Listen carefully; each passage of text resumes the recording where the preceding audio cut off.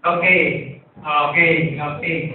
Ang tanong po, ang kaligtasan po ba nawawala? Ngayon, ang sagot po natin, to be frank, nawawala din. Kasi, kapag ang tao po, mamanumbalik sa sanglibutan. Kasi, ang isang kabataan, mas sabihin na natin po, na sapat na gulang na sa edad, once na tinanggap mo na ang Panginoon, safe ka na. Yung mga aral ng Panginoon, in the church, matututunan mo. Ngayon, pag yan ang aral na yan nawala sa'yo, ipinamuhay muli ang sanlibutan gawa, ang pangyayari, madudumihan ka muli ng kasalanan. So, matutokso ka. Yung dati mong masama, higit pa ron ang magagawa mo. Kasi ang tunay na kaligtasan, mararanasan mo dahil na sabi ng ating pag-aaral kanina, inaring ganap ka na. Pag inaring ganap ka na, pinatawad ka na, inaakin mo, pinatawad ka. Pero, pag hindi ka magkaroon ng tamang aral sa iyong buhay, o experience, mararanasan mo, magiging backslide sa Panginoon. Kaya yung dati mong hindi ka nakakilala sa Panginoon, ang nakikilala mo, sanlibutan ulit. Yung mga dati mong mga barkadang mamimino, yan, binabalikan mo yun. Wala ka ng interest sa Bible.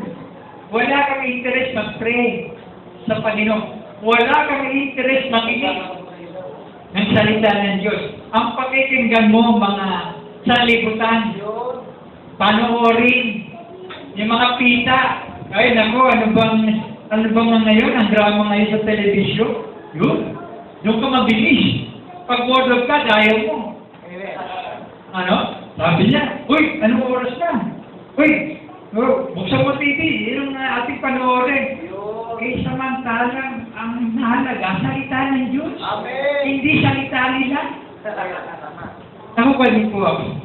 Kaya yung kaligtasan, mawawala sa'yo. Kasi, na-idol mo ang artista. Hindi si Kristo. Hindi aral ni Kristo ang pinakinggan mo. Kundi aral ng sanlibutan. Sino ba mahilig yung pakipag-table? O yun pinapanood mo.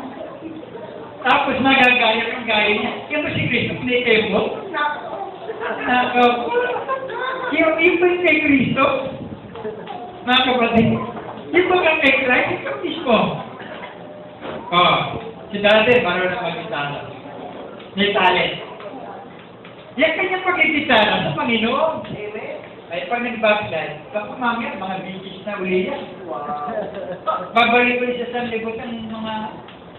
Alam niya sa Panginoon, ipinagagamit ang talent sa Panginoon. Amen. Kasi kanya yung galing mo. Kaya yung mga bagay na tinanggap mo sa Panginoon, hindi ko dapat iwala. Nakukuha niyo po ako. Kaya kaligtasan, nawawala yan pag hindi ka na makinig ng aral ng Diyos. Kasabi ng Romans 10:17, ang paniniwala nang gagaling sa pakikinig at pakikinig. Kasi pag wala ang pakikinig mo, hindi malalamnan ng puso mo ng Word of God. Ang puso mo makasanlibutan. Patipita ng mata, kapalaluan sa buhay. Hindi pag-ibig ng Ama yan. Ayaw ng Ama yan. Ang gusto ng Ama, mga bagay ng Panginoon. Praise the Lord. Alam mo pa ako, preacher, nangangarap. Ang gusto mo pangaral. Bible, itulog sa mga bata, sa mga tao, sa Amerika, may ngipin o wala. May payat, may mataas, may maskulato. Kasi mahalaga yan, meron kang eternal. Inner man, the inner man, kailangan mo yun. Hindi lang ikaw matalino. Na talented ka nga sa computer, pero ang ginagamit mo ang computer, Facebook sa mga bagay na hindi sa Diyos. Na pag-aaralan, hindi sa Diyos. Kanino yun? Kay Satanas. Nakukuha niyo po ako. Purihin ng Panginoon. Dapat marunong ka gumamit. Ngayon sa ating panahon, may mga bata, may mga Facebook na, may cellphone. Marunong kang gumamit ng messages. Saan mo ba gagawin, sister? Simba na. Oh, sister, nagpe-pray ka ba? Ito, nag-send ka ng messages. Yun ang maganda kapag gamit ng Facebook o cellphone. Ginagamit mo ang gadget sa Panginoon pa rin. Praise the Lord. Dahil kung hindi, matutukso ka ng diablo. Gumamit sa ibang bagay. Pero pala, nagtatago ka, hindi pala sa Diyos. Kaya nga nag-cover pala, yung tinetix mo, hindi pala sa Diyos. Sabi mo, magkita na lang tayo. Kaya nadadaya ang isip ng tao. Kaya sabi ng Bible dyan, huwag makisalimuha sa sanlibutan. Tama po sa sanlibutan, pero yung gawa nila, hindi mo gagawin. Hindi mo tutularan. Paligawa, sister, yung ikaw, nalilipad sa Diyos, madaldal yun. Magkikihalo ko ba sa madaldal na tao? Na ang bunga ay kasiraan. Yung kapitbahay ko, ganito. Ay, ikaw din, ganun din. Hindi ganun din. Purihin ang Panginoon. Kaya, ang kaligtasan, bawal. Akala nila pag sit-sit na, no? Eh, kung kapsulit ka na magandang babae ka, at pogi, pakitaan ka. Tapos sasabihin, oo nga, Kristo, hinahanap ko nga eh. O yung mata mo, doon nakatingin, hindi kay Kristo. Kita niya yan? Nakikita yan sa reality. Yung gawa mo, ikaw mismo, may healthy control of yourself. Kasi, sabi mo nga, sa Panginoon ka, yung pinakitaan ka, nanginginig ka, nanginginig. Sunod ka ng sunod. Yung sa Panginoon, ang isip mo kay Kristo. Hindi mga bagay ng kita. Praise the Lord. Tama, may mata ka, pero walang intention sa tao. Sa marurumihan ng puso, isip mo. Makalaman eh. Ang kanyang isip, makalaman. Yung karnal. Ang tawag po dyan, karnal. Kaya karne. Mahilig ka sa karne. Pwede sa Panginoon. So, yun ang aming may sasagot sa ito. At tinalagang agam ko, dahil misa ka dito, hindi na unawaan iba yan. Akala nila, sapat na yun. Na sila naglilingkod. No. Ang paglilingkod po, hanggang sa pagbabalik ng Panginoon. Dahil pag dinatang ka ng Panginoon, kahaluguyo ka ng salimutan, hindi ka kukunin ng Panginoon. Ang ibinukod ng Panginoon, siya ay aagawin ng Panginoon. Kaya nga, ang tawag diyan, ibinukod. Dapat naranasan mo ang pagbubukod ng Panginoon sa iyo sa sanlibutan. Pag hindi ka kasi ibinukod, andun ka pa rin sa dati mong mga gawa. Ako lang po mag-testify.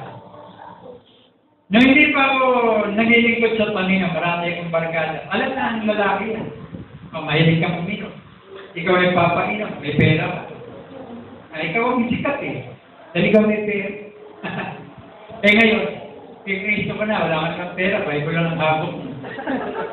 Ano ko, mapagpapainom niya, wala ka ng pera. Kapapanish pa ng pera nga. Nilibre nga ako ni brother eh. Diba? Iiwasan ka. Wala ka ng pera eh. Alam na ang biyaya ng Diyos sa nagilingkod? Sabi ko, ano talaga? Pag ikaw ay nagilingkod sa Panginoon, yung gusto ko bang may bagay ka parang nag-iisip din sa sarili na kailangan mo ng ganito. Pero ang Diyos pala, mag-wait ang Diyos na naglalaan ng kumakasangkapan siya ng tao. Kumakasangkapan siya ng pangyayari. At yun ang magiging sagot ng Diyos sa iyo. Kaya hindi ka nangangampa. Purihin ang Panginoon. Nakita nyo sa pananampalataya. Na ako ay nakita kami ni brother, kumakain siya dun. Sabi ko, kumakain. Alam ko, Chinese na. Pero alam niyo, hindi accidental talaga. Ako nagtataka eh. Bakit kayo nagtagpo nito eh?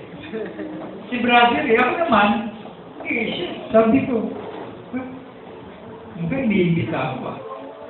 Sabi ko, may mission din ako eh. May oras din yun ah. Sabi ko, di ba?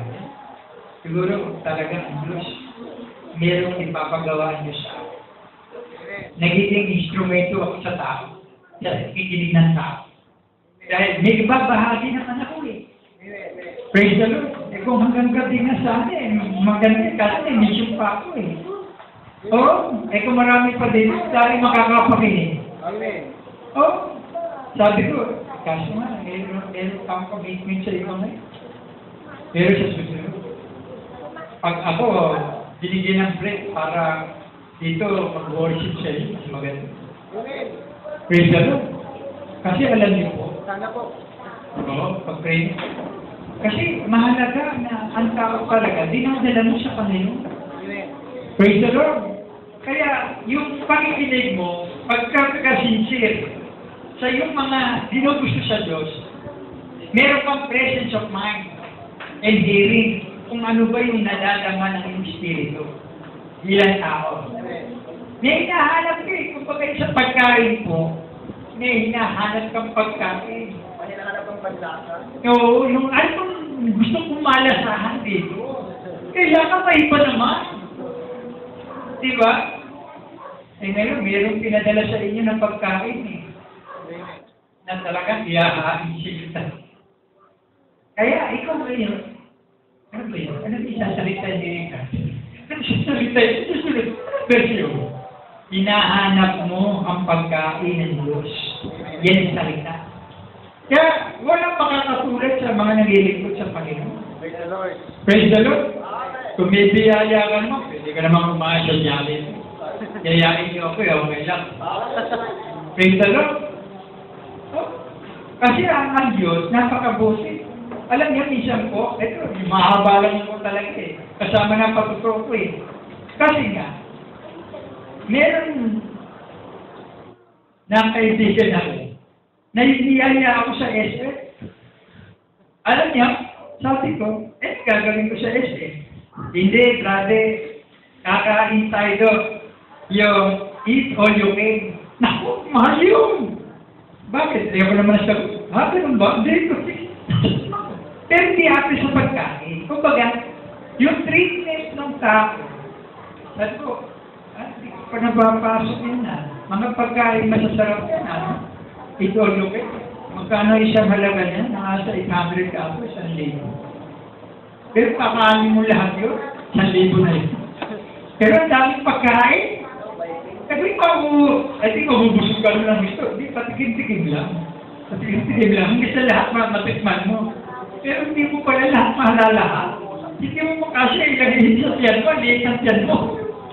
Pero alam nyo, yun po yung biyaya kapag ikaw pala, sincere sa Panginoon, sa mission ng Panginoon, ginagay ka ng Diyos sa mga tao rin tumutulong sa iyo. Purihin ng Panginoon. Kaya isang misyonero, lumalakad ng ano yan? 80. Ang dala niya, Bible lang. Basta wala bang pamasahe ka? Sabi ko, brother, bahala ka sa akin mamaya. Alam niyo, ang paglilingkod sa Diyos kasi, may sakripisyo. Sacrifice. Sacrifice. Ang tumayo sa pulpito, hindi po madali magsalita. Hindi po. Lalo na, word of God ang dinadala sa tao. Kaya pag ako nangaral, hindi para makilala sarili ko. Ang dapat makilala mo ang Panginoon sa buhay mo. Papaano ang Diyos gumagawa sa buhay mo. Praise the Lord. Kaya yung aral niya sa banal na kasulatan, napapasok sa puso mo, isinasa buhay mo. Purihin ang Panginoon. Kaya magiging karanasan mo ang naging lingkod sa Panginoon na may aral. May aral na nakatatak sa puso mo. Yan ang aral ng Panginoon. Tatandaan mo yan. Ito ang aral. Sabi mo na verse, maliligaw ka pa ba yan? May word of God ka na? Alam niyo po, kaya iba na ihiwala. Ito, register ko na rin. Kaya iba rin nangihina mula sa pagpapalakas ng Espiritu. Spiritual strength. Pag wala kang spiritual strength mula sa Panginoon, nangihina ka. Maaaring busog ka lang sa katawan. Pero sa Espiritu mo, nangihina loob ka pa. Nangihina. Kunwari lang, nagalak-lakas ang loob mo. Pero mahina ang faith. Okay tayo? Kaya meron gano'n, mga tao. Ang sabi ko dyan, ang payo ko, ito, brad, kailangan mo tanggapin sa puso mo ang salita ng Diyos. At manalangin ka sa Panginoon. Tanggapin mo ang tunay na salita ng Diyos. Huwag sa pagkain, nakikinig kang maigi. Pinapasok mo maigi ang salita ng Panginoon. Praise the Lord, hindi nakaabot si brother. Suriin ang Panginoon. Pero salamat sa Panginoon. Ang Diyos ko ay napaka-great. So, salamat sa Panginoon at ang Diyos ko ang magpala sa salita ng Diyos na ipinaglingkod ko po sa iyo. Purihin ang Panginoon. God bless you po, no? At magandang hapon po sa lahat. Hanggang sa muli po. Nagpalain tayo ng Panginoon. Thank you. Romans 3:24 to 25. Ibigay ko po mga verses, no? Marisa nalimutan. Okay. Sister Jelay. Okay. Sister Jelay. Okay, ilipin ko lang po. Ang paraan ng pag-aaring ganap na pero hindi sa pamagitan ng kautusan. Romans 3:20. Ang pag-aaring ganap ay sa pamagitan ng pananampalataya kay Kristo sa kanyang ginawa pag-ako sa lahat ng ating mga nagawang kasalanan. Ito po ang mga verses. Babasahin ko na lang po, no? Romans 3:24 hanggang 25. Galatians 3:10. Romans 3 verse 19 to 20.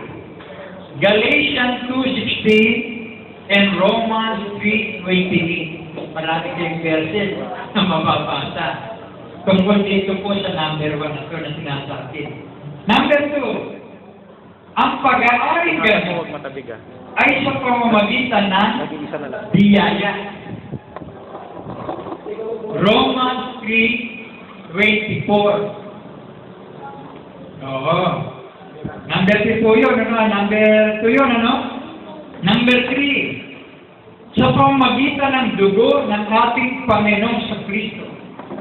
Ang pag-aaring ganap sa pamamagitan ng dugo ng ating Panginoong sa Kristo.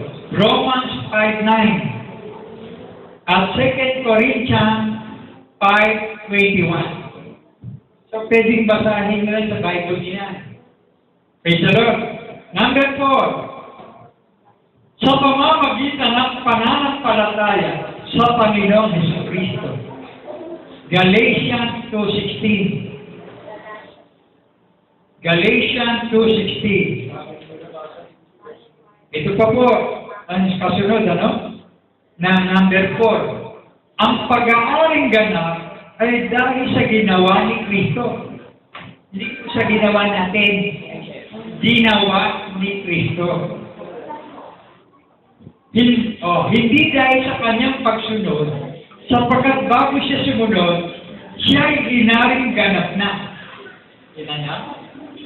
Okay, ito po talata. Ulitin ko lang po, no? Para kayo may maintindihan. Ang pag-aaring ganap ay dahil sa ginawa ni Kristo. Hindi dahil sa kanyang pagsunod, sapagkat bago siya sumunod, siya ay inaring ganap na. Galatians 3:10 at Gawa 13 verse 39. Yan po ang mga talata. Praise the Lord. Ika na po ang panghuli. Panglima. Ang pag-aaring ganap ay isang gawain ng Diyos bilang hubog. Yan. Ang pag-aaring ganap ay isang gawain ng Diyos bilang hubog. Ang isang makasalanan na sumampalataya ay kanyang tinatanggap. Yan. Ano po talataya? Isaiah 53:11 at Romans 5:1. Ano? Yan po ang napapaloob sa paraan ng pag-aaring ganap. Kaya, alam niyo po sa biyaya ng Panginoon, ito pong ibinahagi ko sa inyo, maraming pantulong ito. Pero, dahil nga po tayo ay isang lingkod ng Panginoon, masisinyo po ang mag-imbita sa akin. Sinisira ko rin. Kasi, kailangan din po tayong katuruan sa Biblia ng mga aral talaga ng Panginoon. Praise the Lord. Hindi po kasi sapat na ngayon mo lang narinig. Kasi ang paraan ng Diyos kasi, araw-araw mamumuhay ka gaya. Purihin ng Panginoon. Amen. Maski po sa inyong mga anak. Hanggang sa paglaki nila, ipamumuhay mo ang aral ni Kristo. Purihin ng Panginoon. Amen. Kaya ang pahulugan po ng disciple ay learner and doer of teaching of our Lord Jesus Christ. Yan yung disciple. At ako, nagpapasalamat sa Panginoon, naging bisita niyo ako, at kayo, meron narinig na mensahe. Dahil yung mensahe po yan, mas pinahisulat niya, ipag-pray mo pa yan. Amen. Na talagang ito ba po ay karanasan ko sa Panginoon. Praise the Lord. So, sabi ko nga po, hindi aksidente na nagkita kami ni brother. Kalooban ng Diyos magsalita talaga kami siya. Amen. And I'm glad. My spirit and soul ay glad kasi naging kasapang ka rin Diyos sa mga tao. Kanya, kanina pa ako tanong ng tanong. Wala, tingin ka sa sagot. Sabi ko, saan ako eh? Hahagilap ng sagot, Panginoon. Ikaw ang sumagot para sa akin. Iba talaga ang Panginoon pag nagbigay ng sagot. Hindi ka maubusan. Purihin ng Panginoon.